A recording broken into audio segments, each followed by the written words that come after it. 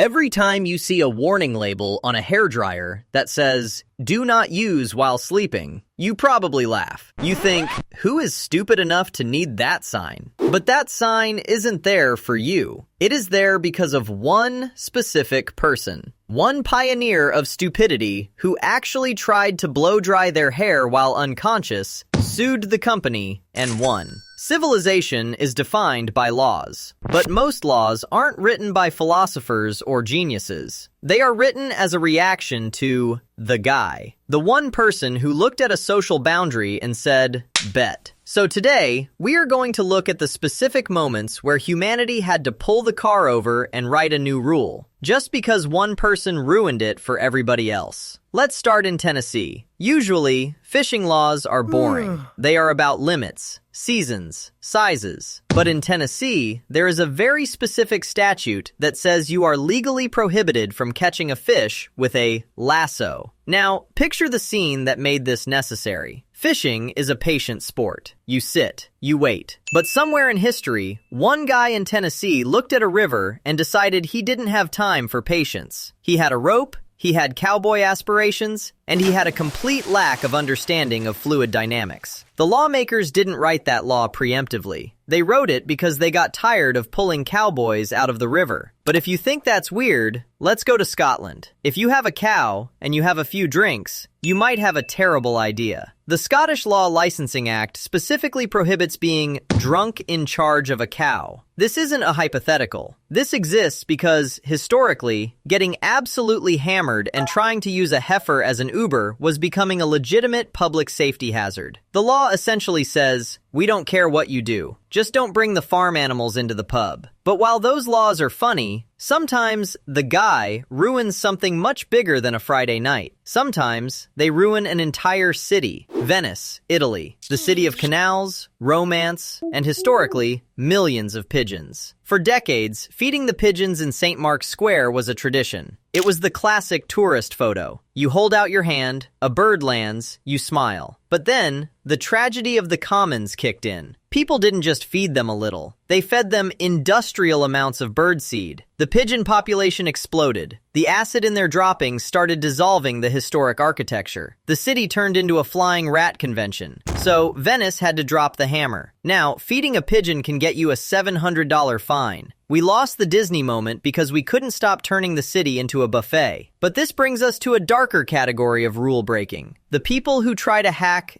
death itself. There is a persistent legal belief in the UK regarding the Houses of Parliament. The rumor, and the law that people thought existed, was that it is illegal to die inside the Houses of Parliament. Why? Because technically, anyone who dies in the royal palace is entitled to a state funeral. Think about the logic there. At some point, the government became genuinely terrified that a random citizen would stumble into the lobby, clutch their chest, and force the taxpayers to fund a royal burial. They were so afraid of this loophole that guards were reportedly instructed to physically remove anyone who looked a bit pale just to make sure they expired on the sidewalk instead. But while cheating death for a free funeral is bold, pretending to die is even worse. Faking your own death is the ultimate "I'm done with this" move. And historically, people keep ruining it for themselves. The problem is life insurance. If you just disappeared, that would be one thing. But people want the cash. There is a specific subset of laws regarding fraud that exist purely because people try to speedrun life by skipping straight to the payout. The most famous example involves a man who tried to fake a canoe accident. He disappeared. His wife claimed the money. It was the perfect crime, right up until 5 years later when he casually walked into a police station claiming he had amnesia. But he was wearing very modern, very clean clothes and clearly just missed his kids. Insurance companies now have entire departments dedicated to the guy. They scan social media. They check flight logs. Because one person ruined the honor system, now even if you actually go missing, the default assumption is that you're sipping a mojito in Panama. But sometimes, the person who ruins it doesn't break a law. Sometimes, they create a disaster so big that the planet needs a new rule. Let's talk about balloons. In 1986, the city of Cleveland decided to set a world record. They were going to release 1.5 million balloons into the sky at once. It was supposed to be a beautiful spectacle.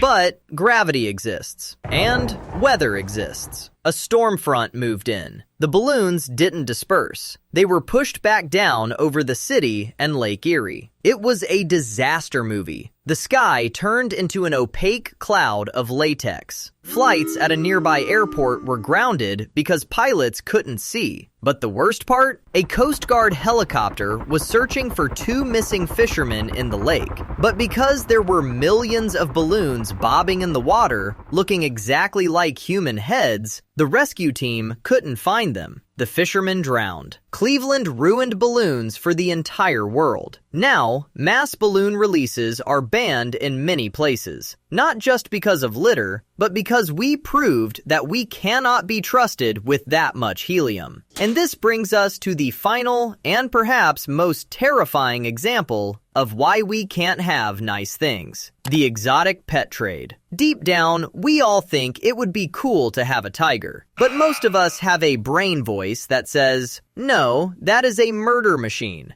But the guy doesn't have that voice. In apartment complexes across America, laws banning dangerous wild animals exist specifically because someone tried it. In New York, a man was found living in a public housing apartment with a 400-pound tiger named Ming. He raised it from a cub. It lived in one room, and for years, nobody knew. Until, inevitably, the tiger remembered it was a tiger. When the police arrived, they didn't just find a tiger, they found an alligator in the bathtub. This is why your lease agreement says no exotic pets. It's not because the landlord hates fun. It's because one guy in Harlem thought he was Tarzan and endangered the entire zip code. So, when you walk through life and you see a sign that seems stupid, or a law that feels overly restrictive, don't blame the government. Blame the guy who rode a cow while drunk. Blame the guy who tried to lasso a tuna. Blame the guy who kept a tiger in a studio apartment. They are the reason we have guardrails. Because if you give humanity an inch, someone will try to take a mile. And they will usually try to do it while holding a balloon.